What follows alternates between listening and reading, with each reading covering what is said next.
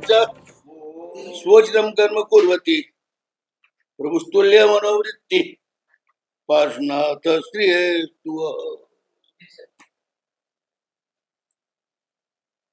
महामहिम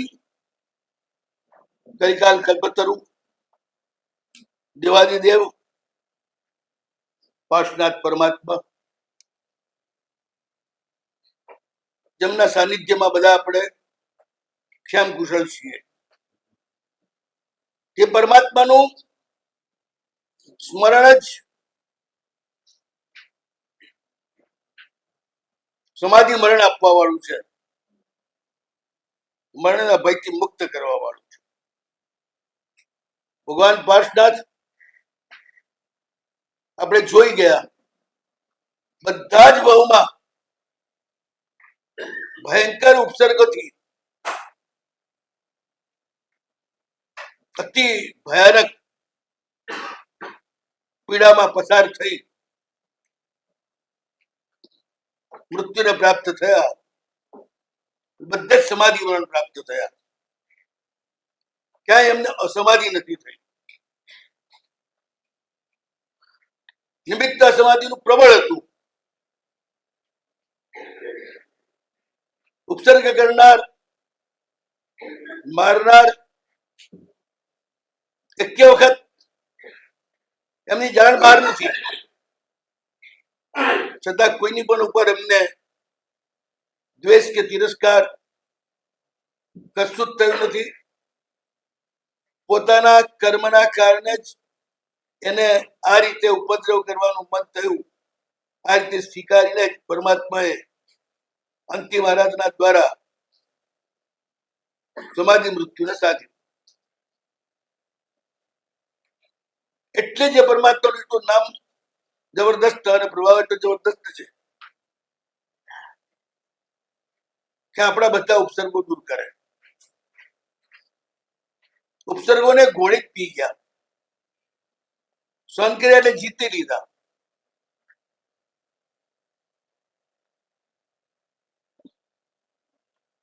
મરુભૂતિના ભાવમાં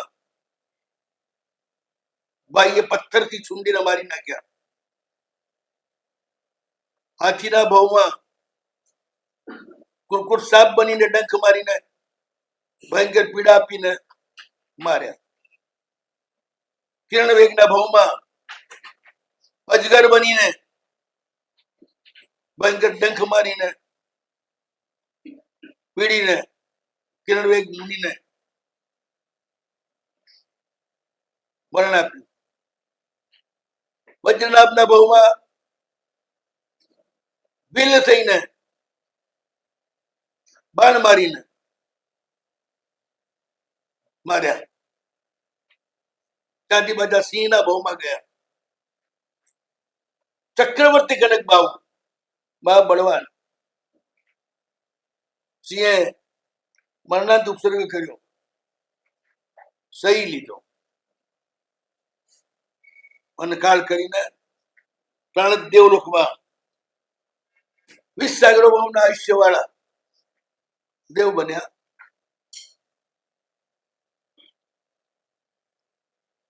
દેવના એ ભાવ દરમિયાન મૂળ શરીરથી તો દેવલોકમાં જ એ જ એમના દેવલોકમાં નિરંતર ચાલતા નૃત્ય, નાટકો અને સંગીત એમાં જ રહ્યા। પણ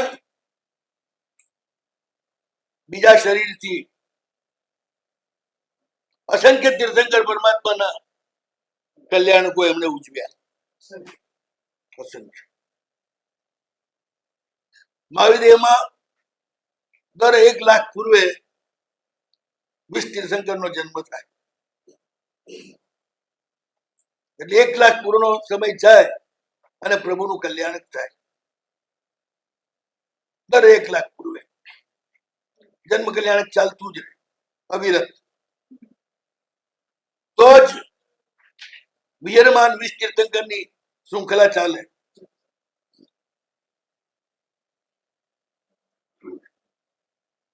દ્રવ્ય તીર્થંકર દરેક વિજયમાં 83 હોય. ભાવ તીર્થંકર એક જ, ભાવજીના સમવસરણ હતા. સમવસરણમાં બેઠેલા તીર્થંકરે ભાવજી એ માત્ર એક જ હોય. આમ 20 છે, વિજયના હિસાબે 20, પણ તે વિજયમાં તો એક જ. પણ દર 1 લાખ રૂપિયા પાછી કળજ્ઞાન થવું જોઈએ ને, એટલે તૈયાર હોવા જોઈએ ને પાછળ.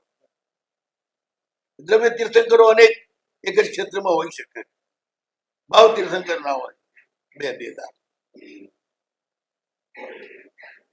તે હિસાબે કેટલા બધા તીર્થંકરોનો જન્મ કલ્યાણ 20 સાગરોપમ, એક સાગરોપમ 10 કોટાકોટી પલ્યોપમ, એક પલ્યોપમમાં મહાદેવમાં અસંખ્ય 20 તીર્થંકર થાય.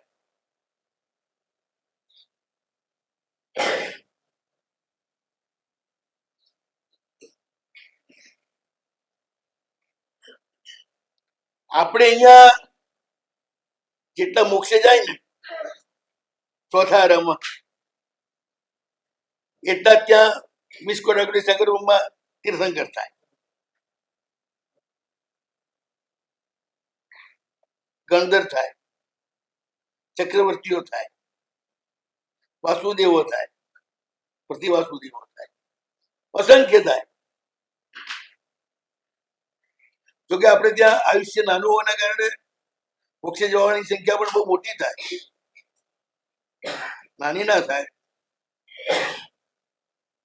ટૂંકા આયુષ્ય ફટાફટ મોક્ષે જાય ને. 12મા તીર્થંકર પછી 11મા તીર્થંકર ના ગણાવાય. 84 લાખ વર્ષનું તો આયુષ્ય છે પાછું. બધા લાંબા આયુષ્ય વાળા, લાંબો ટાઈમ સાધુપણું પાળે, આટલું બધું ઉગ્ર જીવન વિતાવે ત્યારે મોક્ષ મળે. પણ પછીના તીર્થંકરના શાસ્ત્રમાં તો ફટાફટ 50 વર્ષના આયુષ્યમાં જ મોક્ષ મળી જાય. જો કેવળ જ્ઞાન ત્યાં મળી જાય જલ્દી, મહાવિદ્યમાં 8 વર્ષની ઉંમરે થઈ જાય, મોક્ષ ના મળે. તો ભલું પૂછે તો 1 કરોડ પૂર્વનું આયુષ્ય હોય, કેવળી અવસ્થામાં 8 વર્ષ જૂન 1 કરોડ પૂર્વ વિતાવવા પડે. કોક એવી રીતે થઈ જાય તો, બધા રીતે ના થાય પણ થઈ જાય તો આ રીતે મહાવીરના હિસાબે અસંખ્ય તીર્થંકરોના કલ્યાણકો, અને આપણા ભરતના ઈરવતના હિસાબે 500 કલ્યાણક. તમે બધા સાંભળેલું છે એટલે કહું છું. તમને એમ થાય 500 નું શું? ભગવાન 5 થાય ને ત્યાં સુધી દરેક ક્ષેત્રમાં 10 થાય, અને 10 ના 5 કલ્યાણકો. 100 તીર્થંકર થાય ને 10 ક્ષેત્રમાં, 100 ના 5 કલ્યાણક એટલે કેટલા થયા? 5. ભગવાન મહાવીરે પણ 500 ઉજવ્યા છે. 500 ને 5 આમનું વધારે ને. 5 કલ્યાણક ઉજવ્યા ને ભગવાન મહાવીર પાછા પચાલ્યા કરે. 5 ભગવાનનું નામ એવું છે ને, એમની સાથે એવું વધારે ગણાય, બીજા ભગવાન યાદ નથી ગણાતું. આ રીતે દેવલોકમાંથી આયુષ્ય પૂરું કરી વારાણસી, અને એ અહીંયા જન્મે પહેલા જ મોટાભાઈ છે ને એટલે પેલા જન્મી ગયા. કમઠ, આ બહુમાં એમનું નામ કટ્ટ છે, મવડી ગયો. ત્યાં કમઠ હતા, અહીંયા કટ્ટ. કટ્ટ એટલે કષ્ટ. જન્મ્યા ત્યારથી કષ્ટ ને કષ્ટ છે, એ લોકો એનું નામ જ કટ્ટ પાડી દીધું. ભગવાન જન્મ્યા ત્યારે તો બાવો થઈ ગયો છે, પંચાંગની તપ પણ કરી રહ્યો છે. આ બાજુ ભગવાનનો જન્મ થયો. અરે ભગવાન નું ગર્ભમાં અવતરણ થયું. વારાણસી નગરી, અશ્વશ્યમ રાજા, વામાદેવી રાણી, એની ખુશીમાં ભગવાન પધાર્યા. બધા ઇન્દ્રોના આસન કંપ્યા, 32 ઇન્દ્રોના. અને તરત જ વામાદેવી પાસે આવી જે સપના એમને આવ્યા છે એના માટે એમને અભિનંદન આપ્યા. અને તમે ત્રણ જગતના તારણહાર તીર્થંકરની માતા થશો એમ કહી એમને વંદન અને પ્રણામ કરી અને ઇન્દ્રો રવાના થયા. માયા આખી રાત ઉત્તમ ચરિત્રો, કથાઓ, ગીતો એમાં પસાર કરી.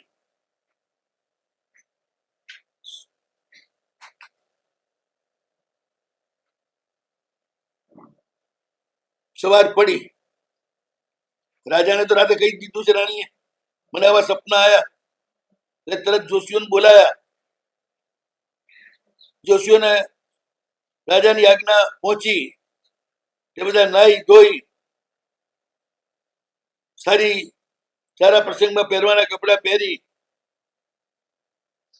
થોડા કિંમતી ઘરેણા પહેરી, સુરભી ફૂલની માળા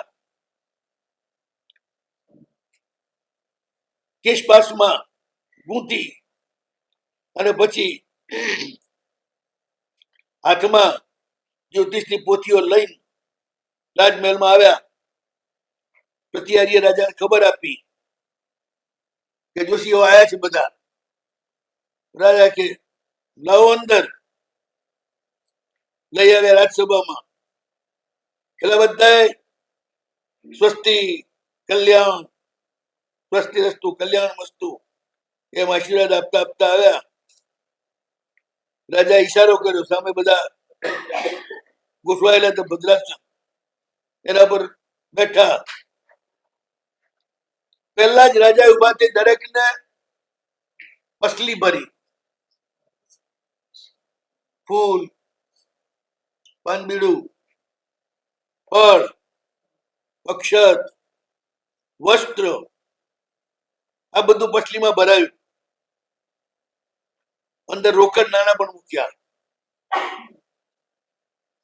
કહ્યું છે શાસ્ત્રમાં કે રાજા, જોશી, ગુરુ, પરમાત્મા એની પાસે ખાલી હાથે ન જવું.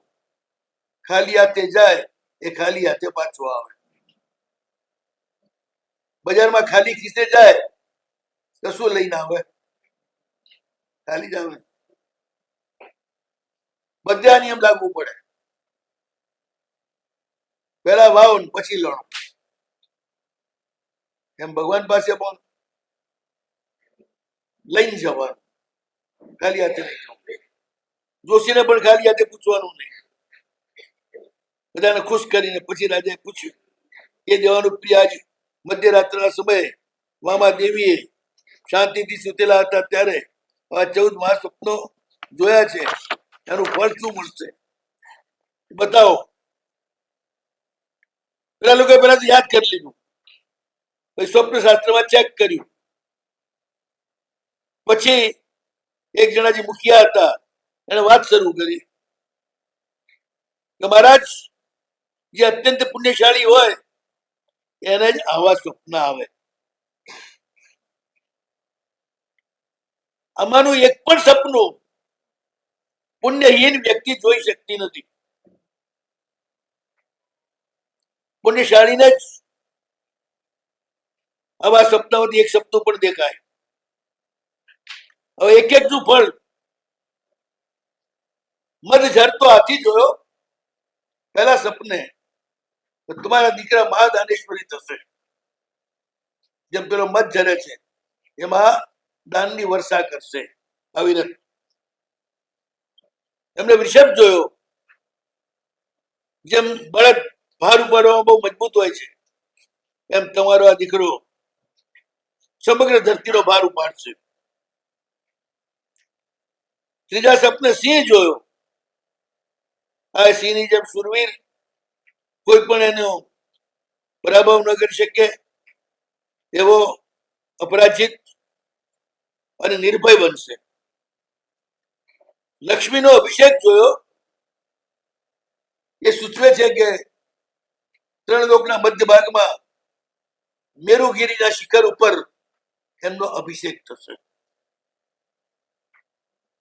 ફૂલની માળા જોઈ, જેમાં લાખો ભમરા ગુંજી રહ્યા છે.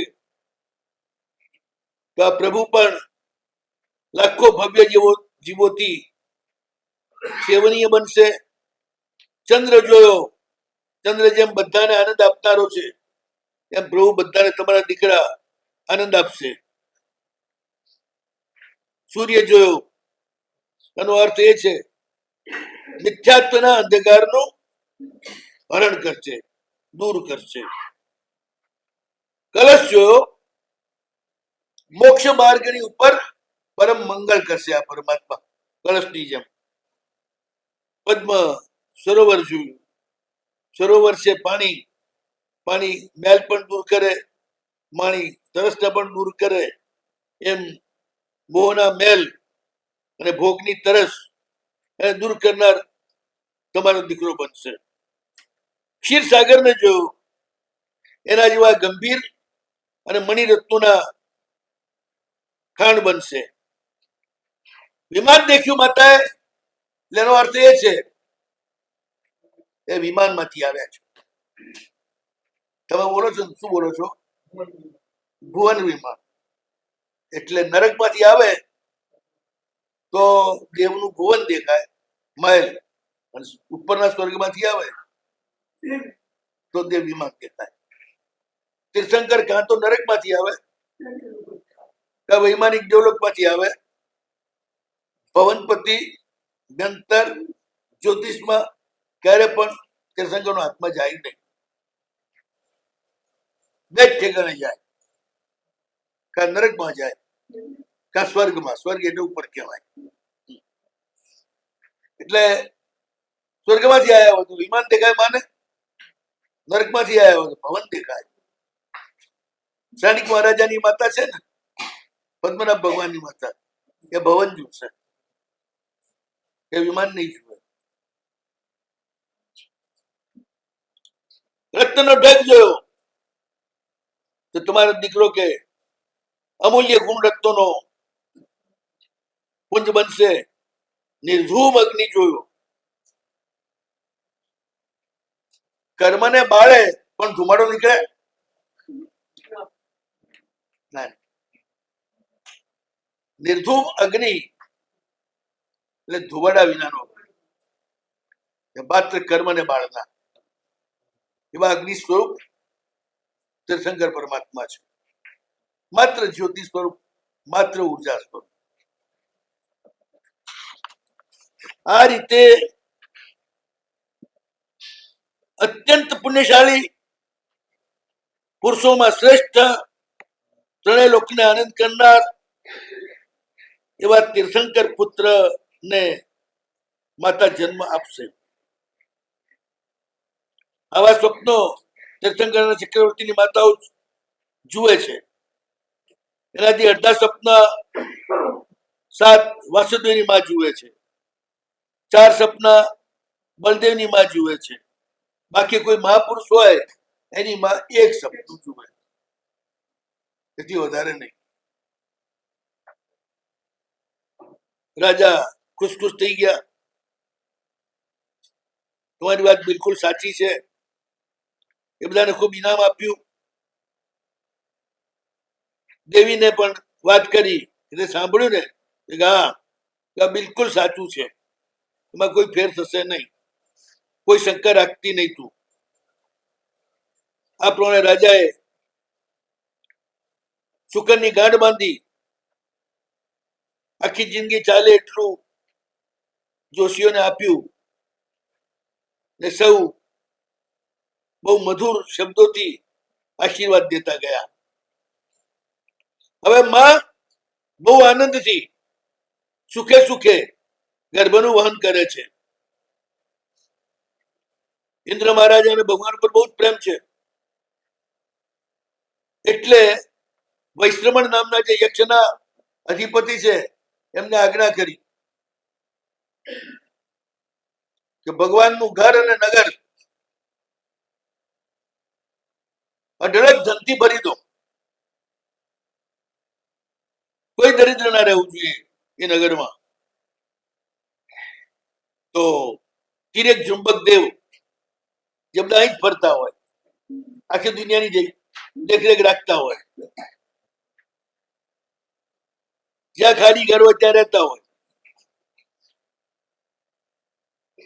અને બધાના વૃક્ષો ઉપર પણ રહે, ખેતરોની પણ ચોકી કરે, ખળાની પણ ચોકી કરે.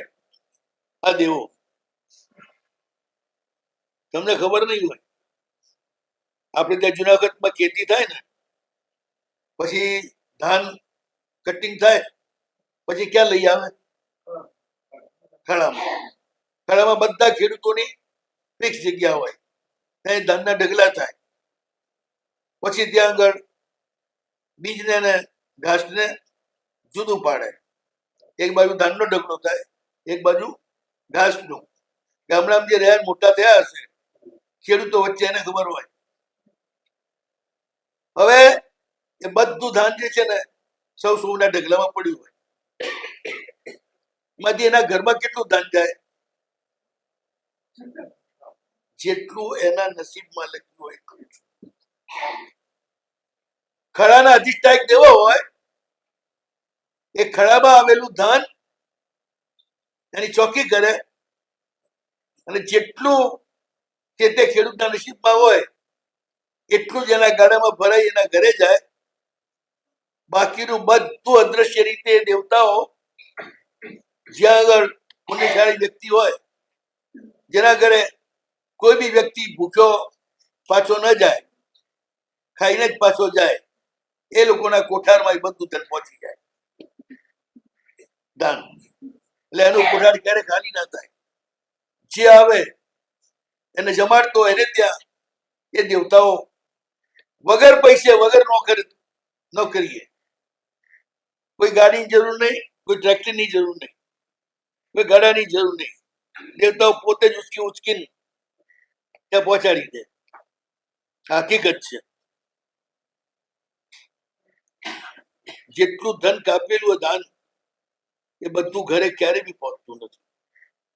લાગે કે 500 મણ છે, પણ ઘરે જાય ત્યારે ખબર પડે કે 300 મણ જ આવ્યું છે, 200 મણ ગાયબ થઈ જાય. એવી રીતે વલોણાના પણ અધિષ્ઠાયકો હોય. જેટલું તમારા નસીબમાં હોય એટલું જ વલોણામાં ઘી તમને મળે, બાકીનું ઘી પણ ત્યાંથી ગાયબ થાય. જ્યાં આગળ અન્ય ક્ષેત્રો ચાલતા હોય અથવા પુણ્યશાળી વ્યક્તિ એના રસોડા ચાલતા હોય, એ બધું ઘી ત્યાં પહોંચી જાય. તમારા હાથમાં કઈ છે જ નહીં. તમે મારો અમે ધણી. તમારા અહીં લખેલું હોય એટલું જ પેલા ચોકીદારો તમને મળવા દે, એથી વધારે મળવા ના દે. આ બધા તિરેક ઝુંબક દેવો એમનું કામ આ જ બધી વ્યવસ્થા કરવાનું અને દરેકને એના નસીબ પ્રમાણે પહોંચાડવાનું. કોઈ ખેડૂતનું નસીબ વધારે હોય અને ધાન ઓછું પેદા થયું હોય અને બાજુવાળાના ઢગલામાં વધારે હોય તો ત્યાંથી ત્યાં સપ્લાય થઈ જાય.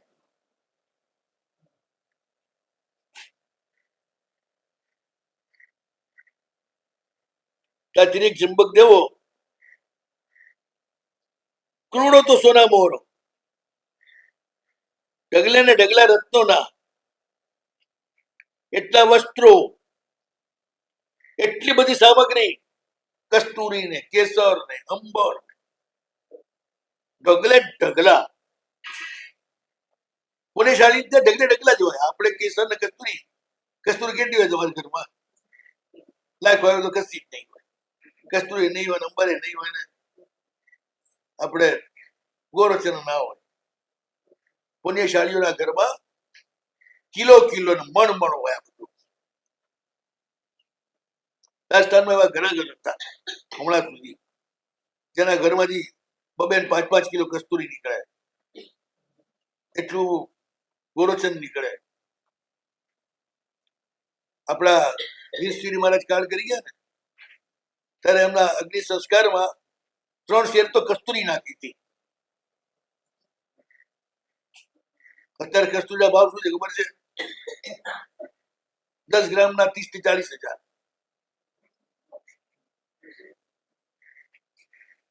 એવી પાક્કા 3 શેર તો ખાલી કસ્તુરી નાખી. આગળનો ચૂવો એટલો નાખ્યો. આપણે ઠીક છે, હવે ગમે ત્યાં મોટા આચાર્ય કાળ કરી જાય, બહુ ચંદનના લાકડા લઈ નાખી ઠોકો બધું. એ ચંદન કયું હોય પાછું 200-500 રૂપિયા વાળું, તો 15,000 ને 20,000 વાળું ચંદન ના હોય. ત્યારે મહાપુરુષો તો ચંદન પણ શ્રેષ્ઠતમ, સોનાના ભારે ભાર આવે એવું ચંદન આવતું. પુણ્ય હતું એવું જબરદસ્ત. તો બધું વરસી રહ્યું છે. એક પ્રભુના પુણ્યથી લાખો અભાગ્યાઓને ભાગ્ય ઉગડી ગયા. જેમ એક પુણ્યશાળી વ્યક્તિ, એના માટે વરસાદ વરસે, આખું ગામ એની ખેતી થઈ જાય, એના જેવું છે. પુણ્યની તાકાત જબરદસ્ત છે. તીર્થંકરના પુણ્ય તો આખા વિશ્વને સુખી કરી નાખે એવા હોય. તો બધું એક પછી એક વર્ષે જ જાય છે. વાયુકુમાર દેવો માતાના શ્વાસમાં એક રજની કણ પણ ના જવી જોઈએ, એટલા માટે આખા નગરમાંથી તણખલા, કચરો જે કઈ હોય બધું વાયુકુમાર દેવો ઉપાડી બહાર ફેંકી દે છે. મેઘકુમાર દેવો રોજ આવે છે. ધૂળ ના ઉડવી જોઈએ. જૂના વખતમાં આવા રોડ નતા બનતા, કારણ કે એમને ખબર હતી કે પથ્થર ઉપર ચાલવાથી માણસના ટાંટિયા તૂટી જાય. એ માટી ઉપર ચાલે તો જ આજો રહે, એના ટાંટિયા ના દુખે, એના ઘોડા ના દુખે. જે કાચા ઘરમાં રહેતા હોય, માટીના રસ્તા ચાલે, એના ક્યારે ઘોડા દુખે નહીં. પડે ને આરસના ઘર હોય, એમાં ગ્રેનાઇટ પથ્થર, એના રસોડા હોય, અને ત્યાં પછી આમ ફૂલ ફટાક થઈ ત્યાં કામ કરતા હોય, એમના ટાંટિયા 30 વર્ષની ઉંમરે ટાંટા કરવા માંડે. એટલે ક્યારેય ગમે તેવા શ્રીમંત હોય ને, તો એ રોડ માટી ના જ હોય, પણ ધૂળ ના ઉડે એટલા માટે રોજ એના પર પાણીનો છંટકાવ થાય. ત્યાં મેઘકુમાર દેવો છે ને, સુગંધી જળનો છંટકાવ કરે છે રોજ. હવે ઋતુ દેવતાઓ, ઋતુઓની પણ દેવતાઓ હોય. જેમ વન દેવતા હોય ને, એમ ઋતુની પણ દેવતાઓ હોય. જંગલમાં જે અનેક જાતના ફૂલો થાય, વેલડીઓ થાય, એનો અધિકાર ઋતુ દેવતાઓનો, એને એ સંભાળે. ઋતુ દેવતાઓ નિત્ય કલ્પવૃક્ષના ફૂલો, રમજાતા ફૂલો લઈને આવે છે, અને આખા નગરમાં એના ઢગલે ઢગલા પાથરે છે. આખું નગર સુગંધી સુગંધી સુગંધી રહે છે. માને ક્યાંય દુર્ગંધ ના આવે. લખ્યું જ છે, એટલું બધું જબરદસ્ત પુણ્યનો પ્રકર્ષ છે પરમાત્માનો. ગર્ભમાં રહ્યા પણ દેવ દેવતાઓ પણ ખેંચાઈને આવે છે. કેટલી દેવીઓ માતા વામા દેવીને જોવા માટે દર્પણ લઈને ઉભી રહે છે. અમે બહેનોને છે ને સૌથી વધુ કાચમાં મોઢું જોવું ગમે. દાડામાં 10 વાર જોવા મળતું હોય તો છોડે નહીં, 20 વાર પણ જોવા મળે છોડે નહીં. એમનું સૌથી પ્રિય વ્યક્તિ હોય તો દર્પણ. બહેનો માટે સૌથી પ્રિય જોઈને હરખાય દર્પણમાં પોતાને, પછી નજર લાગી જાય અને પછી બીમાર થઈ જાય. પોતાની જ નજર લાગે હો, એ સૌથી આકરી. દર્પણમાં બહુ ના જોવું. પોતાની નજર લાગે ને એને ઉતારનાર કોઈ ના મળે. ભંગી બધાની નજર ઉતારે, પણ તમારી લાગેલી નજર ના ઉતારી શકે. લેનારી સાવચેત રહેવું. આપણે આખી દુનિયાનો દોષ આપીએ, કોની નજર લાગી ગઈ એ ખબર ના કે પોતાની નજર લાગી ગઈ છે, ને આ રીતે લાગી જાય. પણ માને એવું કઈ નથી, પણ આમ શોખનું ગણાય. હાલતા ચાલતા કાચમાં જોવું હોય. કાચમાં બે માટે જોવાય, કેવા રૂપાળા છીએ એ માટે જોવાય, અને કોઈ હશે એવું તો કઈ ગરબડ થઈ નાખવું પડે એ બી જોવાય. માતા વામા દેવીની સામે દેવીઓ હંમેશા દર્પણ લઈને ઉભી રહે છે. કેટલીક વળી એમની આજુબાજુ બસ ગીત ગાન જ કરતી ઉભી રહે છે. કેટલીક જયારે માને જે ઈચ્છા થાય ખાવાની પીવાની કોઈ વસ્તુની, તરત જ દેવીઓ દોડતી દોડતી જાય અને લાવીને માતાને આપી દે. કેટલીક વળી દૂર ઉભી ઉભી જય જયકાર જ કરે છે માના. કેટલીક રોજ ઉત્તર કુરુક્ષેત્રમાં જાય છે, ત્યાંથી કલ્પવૃક્ષના ફળ લાવે છે અને માતા બધી રીતે નિરોગ રહે અને હૃષ્ટપુષ્ટ રહે અને ગર્ભ પણ એકદમ સરસ અને સલામત રહે એટલા માટે માને રોજ કલ્પવૃક્ષના ફળ લાવી અને કાપીને દેવીઓ ખવડાવે છે. આ રીતે પાર્ષદ પરમાત્માના પુણ્યના કારણે વગર પગારની દાસીઓની જેમ દેવીઓ હંમેશા હાજર રહે છે અને હંમેશા એમની સેવા કરે છે. એટલે પાર્ષદ ભગવાનનું આપણે સ્મરણ કરીએ ને, ભક્તિ કરીએ તો એમના ભગત દેવતાઓ ખૂબ છે ચારે બાજુ, એટલે તરત જ આવી જાય, તરત જ સહાય કરે. આ પાર્ષદ ભગવાનની પુણ્યની વિશેષતા છે. બીજા ભગવાનથી એટલા આકર્ષાતા નથી દેવી દેવતાઓ, પાર્ષદથી બહુ આકર્ષાય છે. જ્યાં જાઓ ત્યાં તમને પાર્ષદના નવા નવા અધિષ્ઠાયકો જોવા મળશે. પુણ્ય તથા ભવ્યત્વ એવું તીર્થંકરનું તીર્થંકર નામ કર્મ એક સરખું હોય, પણ આવા બધા પુણ્ય બધાના અલગ અલગ હોય. વિશિષ્ટ પુણ્ય હોય દરેકના, જબરદસ્ત. આ ભગવાનનું આવું પુણ્ય છે. આ રીતે ગર્ભવતી તીર્થંકરની માતાની સેવા દેવીઓ કરે એક માત્ર પાઠના ચરિત્રમાં જ મળે છે.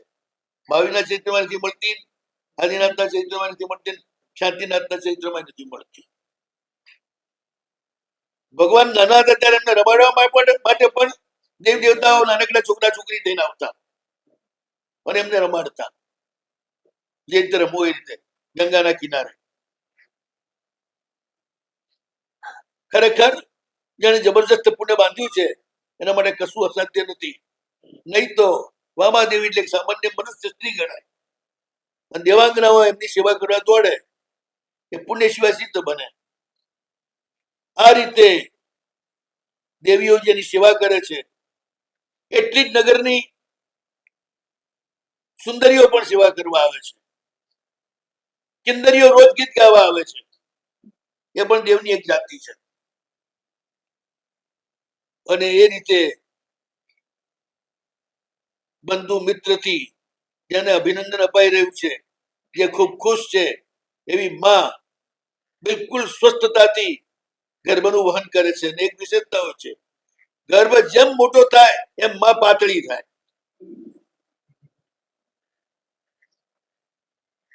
જાડી ના થાય. ભગવાન ગર્ભમાં હોય ત્યારે ગર્ભમાં હોય એટલું જ, પણ જગ્યા જરાય રોકે નહીં. શી ખબર કઈ રીતે રહેતા હશે પ્રભુ જાણે, હવાની જેમ રહેતા હશે.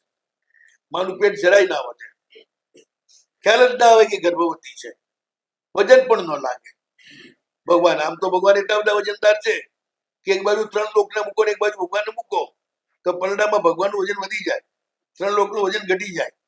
પણ માના પેટમાં તો ભગવાન ફુગ્ગાની જેમ રહે છે, હવાના, વજન વગરના.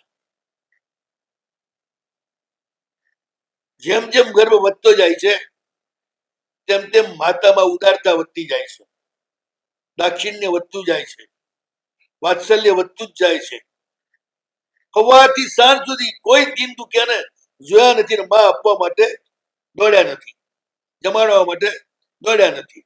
એમને જેને જે કંઈ આપવું હોય તરત જ પેલી દેવીઓ હાજર હોય, લાઈન મૂકી દે, લો આપો. માં કલ્પવૃક્ષ જેવી થઈ ગઈ છે. અહીંયા ગામમાં હું ખબર છે કે માં પાસે જઈશું જે જોઈશે એ મળી આવશે આપણને, એ આપી દેશે, ના જ નહીં પાડે. કેટલા રાજાઓ હતા આજુબાજુના, બધા અસોસિએશન રાજાના સેવક થઈ ગયા સામે ચાલી ચાલીને. વધારે તો શું, પણ રાજા પોતાના ભંડારમાંથી જેમ પૈસા આપતો ગયો એમ ભંડાર વધુ ને વધુ ભરાતા ગયા. કોઠારમાંથી જેમ રોજ દાન આપે એમ કોઠારમાં દાન વધતું જાય, જેમ આપે એમ વધે, ઘટે નહીં. આ રીતે પુત્રના છળથી ચિંતામણી રત્ન જ માતાજાને ગર્ભમાં ધારણ કરે છે. એમાં છેલ્લે એમણે એક સ્વપ્નમાં જોયું, મારી બાજુમાંથી એક જબરદસ્ત નાગ કાળો ફણીધર પાસ થયો અને જાગી ગયા. આ રીતે ગર્ભનો કાળ પૂરો થવા આવ્યો. 9 મહિના અને 8.5 દિવસ પૂરા થયા. પોષ વદ દશમ એની મધ્યરાત્રિએ ચંદ્રમા જયારે વિશાખા નક્ષત્રમાં આવી ગયો હતો ત્યારે બધી જ દિશાઓ અંધકાર વાળી હતી. સફેદ પ્રકાશ ચારે બાજુ છવી ગયો હતો. ત્યારે પૂર્વ દિશામાંથી જે રીતે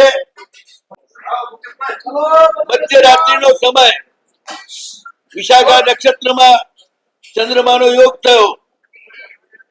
બધા જ શુભ ગ્રહો બળવાન હતા. ચારે બાજુ ઠંડો અને સુરભી પવન વાઈ રહ્યો હતો. પ્રકાશ દિશાઓમાં ફેલાઈ રહ્યો હતો.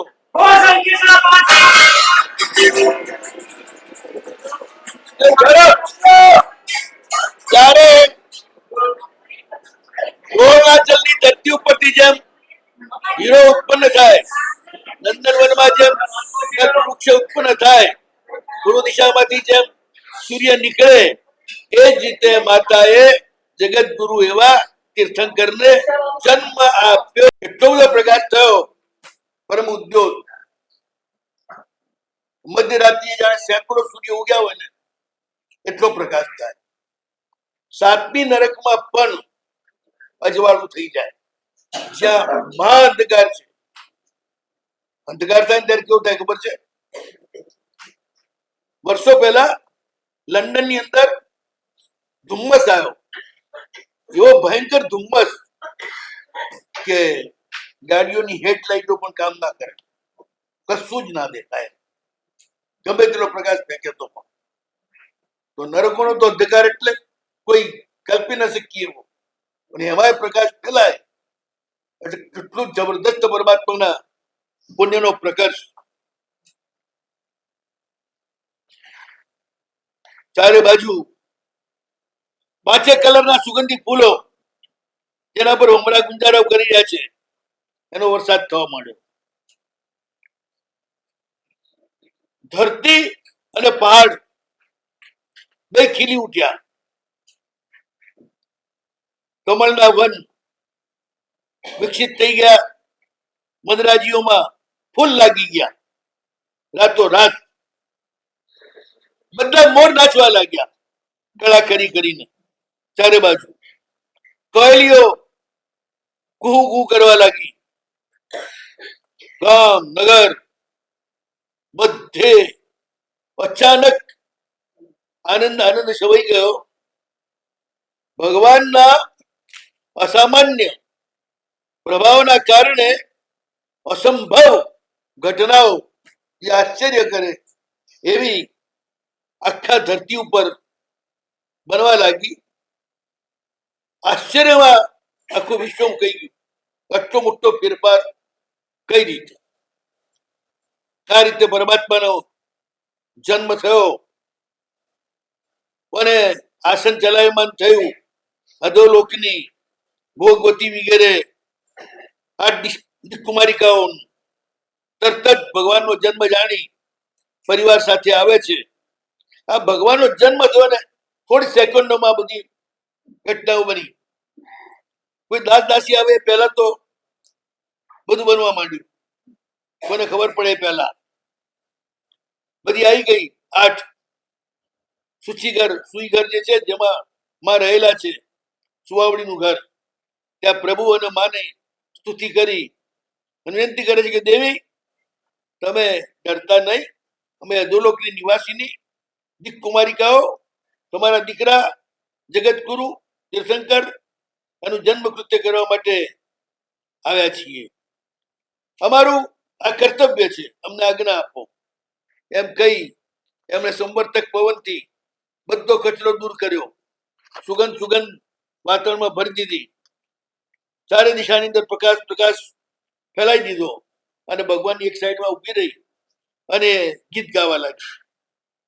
ત્યાં મેઘંકુરા, મેઘવતી વગેરે ઉર્ધ્વલોકની હાર્દિક કુમારિકાઓ એ પણ આવી માં અને ભગવાનને નમસ્કાર કરી, વરસાદ વરસાવી સુગંધી બધી ધૂળને બેહાડી દીધી અને બિલકુલ વાતાવરણને ઠંડુ અને પવિત્ર કરી નાખ્યું.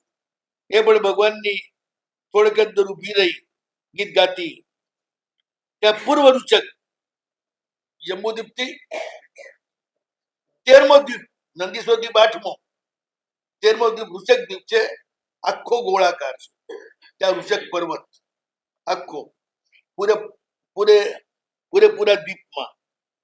ત્યાં આગળ પૂર્વ રૂચકમાં રહેવા વાળી નંદોત્રા, નંદા વગેરે હાર્દિક કુમારિકાઓ એ જે આવી મણિબાઈ દર્પણ લઈ ભગવાનની માતાને બતાડી, ભગવાન ગીત ગાતી ઉભી રહી.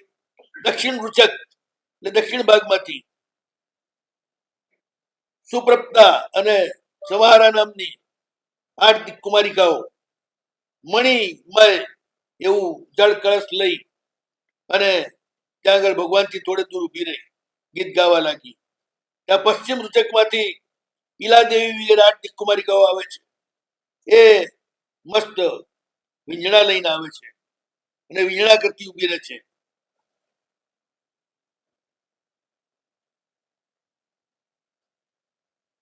પછી ઉત્તર દિશાની વારુણ અને પુંડરીકા વગેરે હાર્દિક કુમારી શ્વેત ચામર જે ઝવેરાતથી જડેલા છે એ વીંજતી ભગવાનના ગીત ગાતી ઉભી રહી. વિદિશામાં રૂચકની અંદર રહેવા વાળી 4 વિદિશાની કુમારિકાઓ, 1 2 3 4 વિદિશાની એ ત્યાં આવે છે. પછી મધ્ય રૂચક વચમાં રહેવા વાળી રૂપા એ મણિમય દીપક લઈને આવે છે અને આ મધ્ય રૂચક વાળી રૂપાની રૂપાશિકા વગેરે 4 દેવીઓ આવી ભગવાનની સ્તુતિ કરી.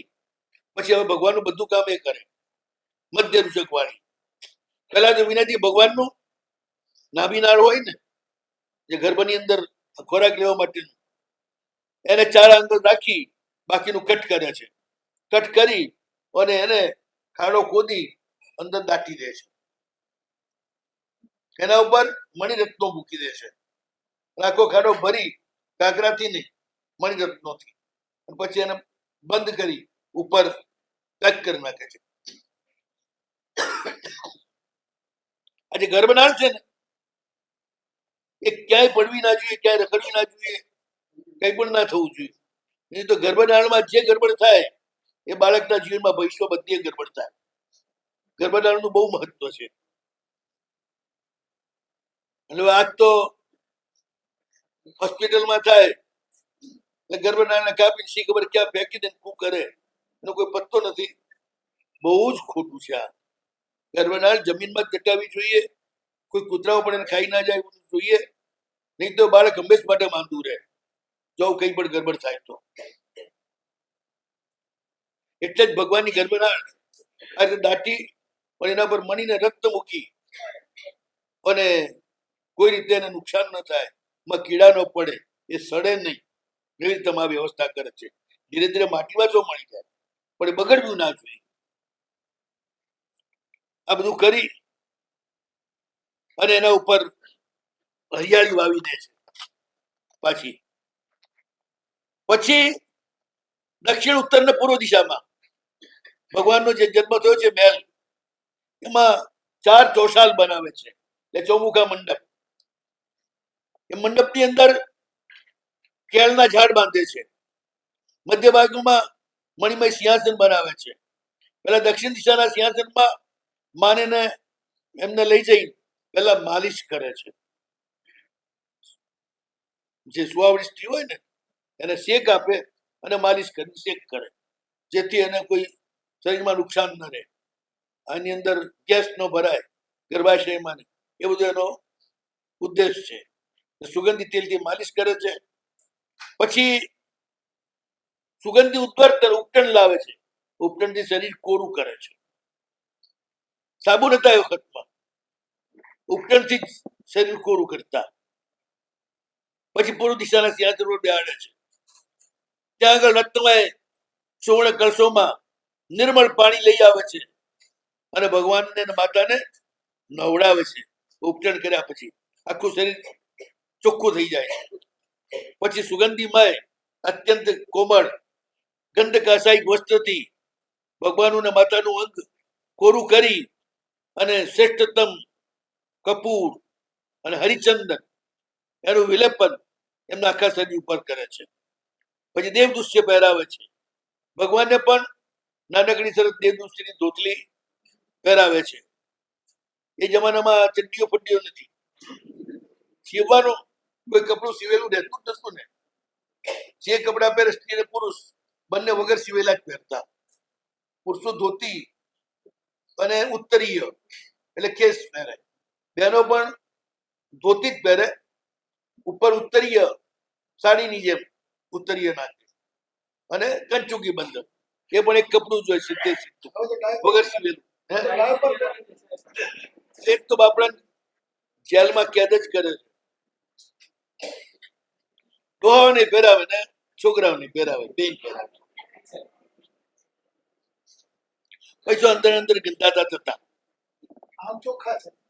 એ બહારથી મારે કામ ન કરવું પડે એટલે ચોખ્ખા, અંદર છો હડતા. પછી આ રીતે દેવદૃશ્ય પહેરાવ્યું, સરસ મજાના અલંકારો પહેરાવ્યા.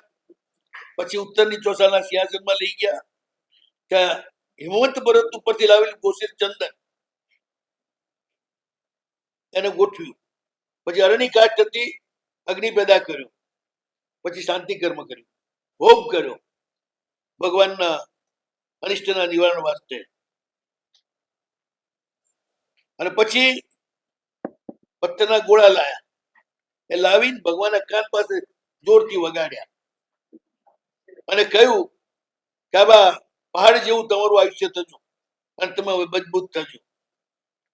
આ રીતે 3 વખત કર્યું એમણે. અને પછી બધું જ સ્વીકર્મ પતી ગયું, બધી સાફસૂફી થઈ ગઈ. આમે પરમાત્માની જન્મ થાય એમાં કોઈ અશુચિ હોતી નથી, કશી જ ગડબડ હોતી નથી. સુગંધી જ. એ વખતે પરમાત્માનો જન્મ થાય ત્યારે પણ આખું વાતાવરણ સુગંધી થઈ જાય.